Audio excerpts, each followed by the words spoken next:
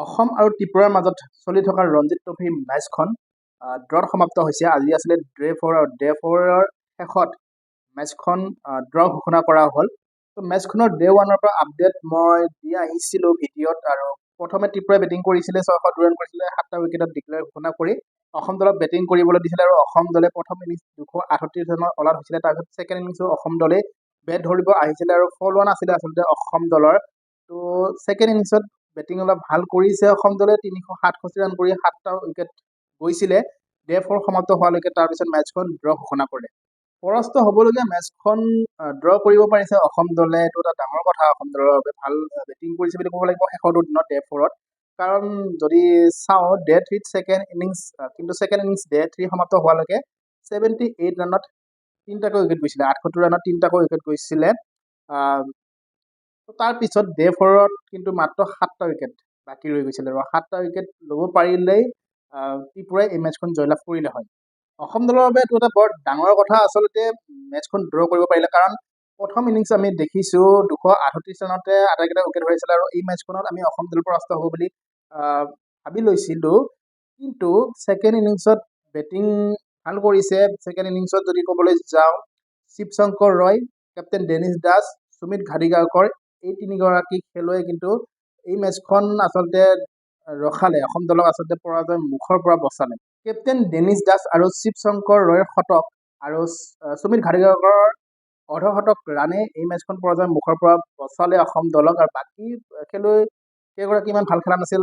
ঠাকুৰী 20 ৰানত আউট হৈছিল, প্ৰদ্যুৎ শইকীয়া 1 ৰানত, স্বৰূপম প্ৰকাশে 20 ৰানত আউট হৈছিলে। তাৰপিছত ঋতুৰাজ বিশ্বাস 8 ৰানত আৰু মুক্তাৰ হুছেইন 17 ৰানত আউট হৈছিল। গতিকে বাকী খেলুৱৈকেইগৰাকী ইমান ভাল খেলা নাছিল, যদিও তিনিগৰাকী খেলুৱৈ ভাল খেলিছে বেটিঙত। ছেকেণ্ড ইনিংছ ডেনিছ দাস, সুমিত ঘাদিগাওকৰ, শিৱশংকৰ ৰয় আৰু তিনিগৰাকী খেলুৱৈৰ কাৰণে এই মেচখন ড্ৰ কৰিব পাৰিলে অসম দলে। পৰাস্ত হ'বলগীয়া মেচখন ড্ৰ কৰিব পাৰিছে, এইটো ডাঙৰ কথা। কাৰণ এই মেচখন কিন্তু ফল ওৱান খাবলৈ গৈ আছিলে অসম দলে। এই মেচখন যদি ফল ওৱান খাবলৈ হয়, এই মেচখনত যদি ত্ৰিপুৰাই পৰাস্ত কৰিব পাৰিলে হয় অসম দলক, তেতিয়া কিন্তু ত্ৰিপুৰাই কিন্তু 7 পইণ্ট লাভ কৰিলে হয়, 7 পইণ্ট লৈ গ'লে হয় এই মেচখনৰ পৰা, আৰু অসম দলৰ পইণ্টটো 0 হ'ল হয়।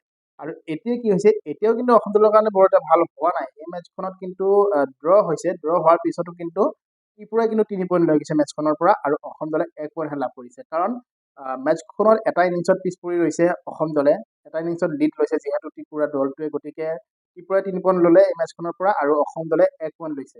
তো ত্ৰিপুৰাৰ কাৰণেতো বেয়া হৈছে। ত্ৰিপুৰাই এই মেচখনৰ পৰা আচলতে 7 পইণ্ট লৈ যাব পাৰিলে হয়, আৰু ত্ৰিপুৰাই এই মেচখনত জয়লাভ কৰিব পৰাৰ সুন্দৰ এটা সুযোগ আছিলে ছেকেণ্ড ইনিংছটোত অকণমান ভাল বলিং কৰা হ'লে।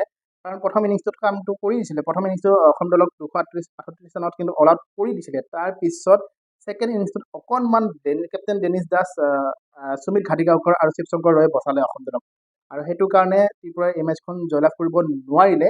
হ'লেও 3 পইণ্ট লাভ কৰিছে। আৰু ত্ৰিপুৰাৰ যদি আমি পইণ্টছ টেবুল যদি চাবলৈ যাওঁ, তেতিয়াহ'লে এইটো গ্ৰুপ চি ৰঞ্জিত ট্ৰফী মেচৰ ত্ৰিপুৰা আৰু অসম দলৰ প্ৰথমতে চাওঁ আমি, ত্ৰিপুৰাৰ 6 পইণ্ট লাভ কৰিছে এই মেচখনত 4খন মেচ খেলি।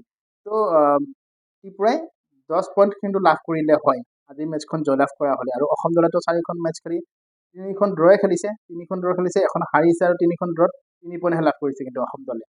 বাকী এইটো গ্ৰুপৰ পৰা বেংগল 1 নম্বৰত আছে, 4খন মেচ খেলি 3খনতে জয়লাভ কৰিছে, 3খনত জয়লাভ কৰি এখনত ড্ৰ কৰি 20 পইণ্ট লাভ কৰি আছে বেংগলে। আৰু হাৰিয়ানা 4খন মেচ খেলি 3খনত জয়লাভ কৰি এখনত হাৰিছে আৰু 18 পইণ্ট লাভ কৰিছে। তাৰপিছত উত্তৰাখণ্ড 4খন মেচ খেলি 16 পইণ্ট লাভ কৰিছে। ছাৰ্ভিচেছ 4খন মেচ খেলি 13 পইণ্ট লাভ কৰিছে। গুজৰাটে 4খন মেচ খেলি 9 পইণ্ট লাভ কৰিছে। ত্ৰিপুৰা 6 পইণ্ট, ৰেলৱেছে 4 পইণ্ট, আৰু অসম দলে 3 পইণ্ট লাভ কৰিছে। তো অসম দল একেবাৰে শেষত আছে। তো অসম দলে এইটো গ্ৰুপত একেবাৰে শেষত আছে বৰ্তমানে 4খন মেচ খেলি, আৰু আগত থাকিব পাৰিলে হয় ত্ৰিপুৰাতকৈতো কমচে কম আগত থাকিব পাৰিব লাগিছিল অসম দলে। একেবাৰে শেষত, গ্ৰুপৰ শেষত থাকিলে ভাল নালাগে, আৰু ভাল খেলিব লাগিব, বহুত ভাল খেলিব লাগিব অসম দলে পইণ্টছ টেবুলত অলপ আগত আহিবলৈ। ছেকেণ্ড ৰাউণ্ডত, নেক্সট ৰাউণ্ডত যোৱাটো সম্ভাৱনা কমেই, সম্ভাৱনা কম মানে সম্ভাৱনা নাই বুলি ক'ব লাগিব। কিন্তু পইণ্টছ টেবুলত অলপ ওপৰত থাকিলে ভাল লাগে। এতিয়া অসম দলৰ নেক্সট মেচখন আছে 16 নৱেম্বৰ তাৰিখে বেংগলৰ লগত আছে নেক্সট মেচখন, আৰু সেইখন মেচটো বেংগলটো শক্তিশালী টিম। গতিকে সেইখন মেচত কি ৰিজাল্ট হয়, তো 16 নৱেম্বৰৰ পৰা গম পোৱা যাব, আৰু সেইখন মেচৰ আপডেট লৈ আহিম। তাৰপিছত কিন্তু ছৈয়দ মুস্তাক আলী ট্ৰফিৰ মাজতে আহি যাব, কিন্তু 26 নৱেম্বৰত ছৈয়দ মুস্তাক আলী ট্ৰফি প্ৰথমখন মেচ অসম দলৰ হ'ব। তো লৈ আহিম সেই ছৈয়দ মুস্তাক আলী ট্ৰফি, বিজয় হাজাৰে ট্ৰফিৰো আপডেট অসম দলৰ প্ৰতিটো আপডেট লৈ আহিম আমাৰ ভিডিঅ'ত। চাই থাকিব, ভিডিঅ'বিলাক ভাল লাগিলে সকলোৱে লাইক শ্বেয়াৰ কৰি যাব, লগতে চেনেলটো প্লিজ ছাবস্ক্ৰাইব কৰি দিব যিসকলে এতিয়ালৈকে চেনেলটো ছাবস্ক্ৰাইব কৰা নাই।